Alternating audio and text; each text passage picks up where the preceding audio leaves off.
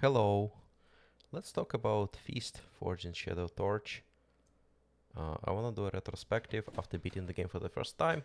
I'm completed about like 99% of it, explored everything, but didn't pick up a few posters and just didn't feel like going for that. But I got a pretty good sense of what this game has to offer, and it was pretty enjoyable experience overall. So let's get into it more. So story and atmosphere. So story is a bit simple yet pretty good, and they have a lot of like small elements like NPCs and dialogues to make it appealing. The story itself is more like a classic superhero versus supervillain. Um, Hero is like pretty like straightforward, tries to save the world. Villain is like actually villain is quite interesting here. Definitely recommend hearing his side of the story as you progress with the game.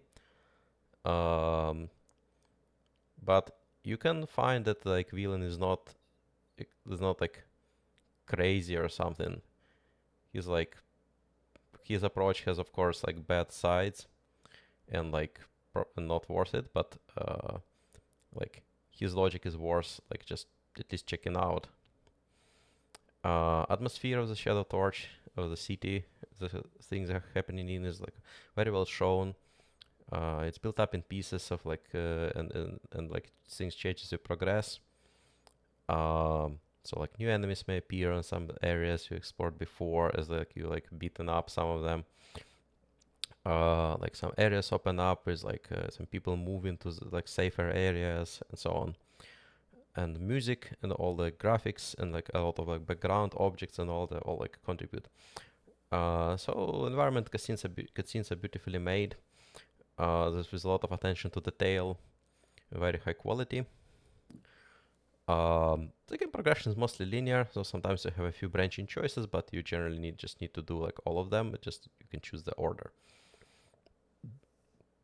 Yeah, and then even like they have like small things like Easter eggs, like some friendly NPC from like Iron Dogs who's just gonna like talk to you and then like ask civilized courtesan, please let me leave.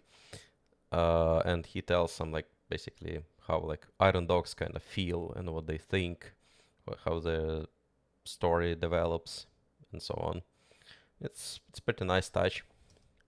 So for the mechanics, there is a rich set of moves. You have 3 weapons. You start with the fist, but then you unlock the drill and you unlock the whip. And for each you can unlock moves for like data discs and like some gold. But strictly speaking, you are not really required to use most of them. Like for the fighting at least, I don't know, you're pretty fine with like Feast and like mostly or basically almost fully like upgraded Feast should be like good enough if you're not feeling like trying like with fancy moves.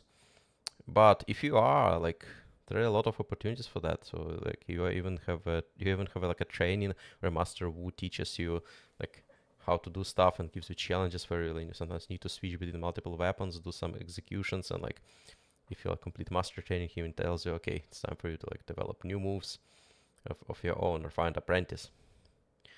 There's also like a parry mechanic, but to be honest, it's not like very much used and it seems like very hard to get. You need to be like very precise in timing, and I don't think all attacks can be parried, so I didn't actually use it well. But parry is not even unlocked until later in the game. Exploration mechanic is like it's very good, very rich and rewarding. You just go to some corners and find stuff like everywhere. Lots of secrets, even some nice like secret bosses or enemies. Um, oh, I like the iteration on like Ninja Frog of like mimic chest. So you like try to get some money, and then there's an enemy attacks you instead, who was just like hiding as a chest. And sometimes you like get the complete edition challenges to find secrets, but it's also like a part of the game. It's pretty nice. There's a secret ability. It's called Key Explosion. I would not like fully spoil it. Go unlock it. So it has to do with this 4 shards and ancient complex. It gives a good advantage, but also it's kind of well balanced. So like it's really strong if you know how to use it well, but it's also not like you cannot complete a game without it. Though that said, I definitely recommend it, like as it simplifies things. And there are a variety of gimmicks to keep things fresh. Like each area has its own like gimmick and like challenges. and yeah, you gotta adjust and like try it out. Difficulty. I assume you're playing on a normal difficulty. This is like its hardest available. So it takes inspiration from Hollow Knight, but it doesn't like get the Souls mechanics out of it. And dying is like very forgiving. You basically just respawn at some earlier checkpoint, like not super far, and just gotta retry. You don't lose your money or anything. I mean, if you like didn't earn that money, like after if you earn the money after saving, yes, you like gonna like earn it again. But besides that, you're not like losing all your money and have to like recover it, and at the risk of like losing it permanently. So a seasoned Metroidvania player will find most bosses like pretty easy, taking maybe 1 to 3 attempts, maybe with a few exceptions. Um, Mostly like more like towards the end of the game. Even the final boss though is not too hard. It's actually like the final phase took me like what, maybe like 5 to 7 attempts, just like pretty approachable. This game is a novice friendly, and I definitely recommend it. Like if you like want to explore Metroidvanias but don't know where to start. I actually wouldn't recommend even like Hollow Knight for the novice player. I mean, if you played a bunch of platformers like Mario, maybe like you can do it, but it's spend a lot of time. And for example, I definitely don't recommend like Nine Souls for novices because it's just too hard for boss fights. But this game is like extremely friendly, even on like normal difficulty. It probably require a bit more time to get good, but it's very approachable. Like then I always recommend doing close to 100% completion. Maybe you don't need to like collect all the posters which are like not marked on the map and probably hard to like get. And then explore a lot. It's just fun and rewarding. You don't like really fully need it to win. I mean, you basically just can upgrade only like F.I.S.T to max level and max abilities, and just maybe get a couple of abilities like Key Explosion, and then it's enough. But um, it's just fun. It has a lot to offer. So like, definitely recommend trying. Puzzles and platforming are also not super hard, but again, I'm like biased because I'm like played a lot of Metroidvanias, and they are still rewarding once you like figure them out. Graphics are great. It's like not just like drawing. I mean, drawing is like pretty good, but what's I think like more important is like they have a lot of background objects, background drawing, and like some 3D style. It's like and a lot of attention to detail. That's what I think makes it like very like appealing. Music is very satisfying, especially like the one for the final boss fight. Dialogues are nice, and PCs react to you. Like if you accidentally attack them, they like speak in annoying voice to you. And then the variety of NPCs is pretty solid, and their characters have a unique style. They're not like super like developing the characters, but they're already like kind of. But they have some personality, which is pretty nice.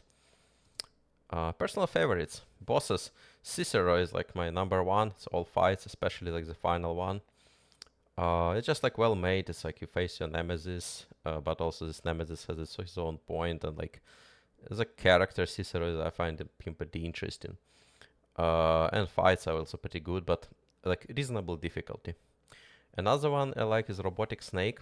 I beat it actually first try, but it's a like mechanic how you like underwater. You need to be a bit precise to charge into things. It's not super difficult, but also it's like pretty nice made. And another one is Yokozuna. It's actually a bit harder boss. It was giving me hard time until I unlocked Key Explosion. You need to like dodge well, but I like the personality. He can just like taunts you. He's like this sumo fighter. Um, then in like Coastal Fortress, basically, it's very interesting boss fight in my opinion. As for areas, my number one is probably Old Town, just for its atmosphere, how rich it is like it is in like all the like objects, drawings, posters, etc. And like even some people like looking from the windows and like well and closing them as you go go through. And the music is also pretty fitting. Another one is Upper Torch Tower. Some of it was like new like gimmicks and puzzles, but also like just it's the culmination of the game, and it's like also pretty nice.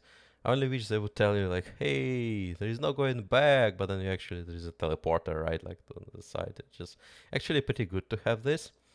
But I mean, I wish they would just be like a bit more like specific about like that. Hey, you can actually go back. And on Western Range, it's not like a fighting area for the most part, except like when you like defend it. But generally, it's more like Joffrey Street. So I like just its atmosphere, I like how people are there and like artisans and how they live. They show like even they talk to various NPCs. It's like shown how their lifestyle is pretty hard, but they're like kind of keeping all together and like it's holds them together. As a summary, I'd probably give it 9 out of 10. It's a good synergy of exploration, bosses, mini bosses, and atmosphere. It doesn't have a true ending in the story, and the story a bit simple. It's not too hard to explore nearly everything like with just one playthrough. So that's why I'd probably take away one notch. However, I definitely recommend playing it, especially if you're like a novice player, as I was mentioning, and you just want to try Metroidvanias. As a genre, it's like very rewarding, very nice, and probably also gonna be a fair challenge, but also not super difficult. And if you're a more seasoned player, just enjoy the breeze, and it would be great. Like just get your 100%, and the experience will be quite rewarding. Cool. Thanks everyone for watching. Let me know what you think of the game.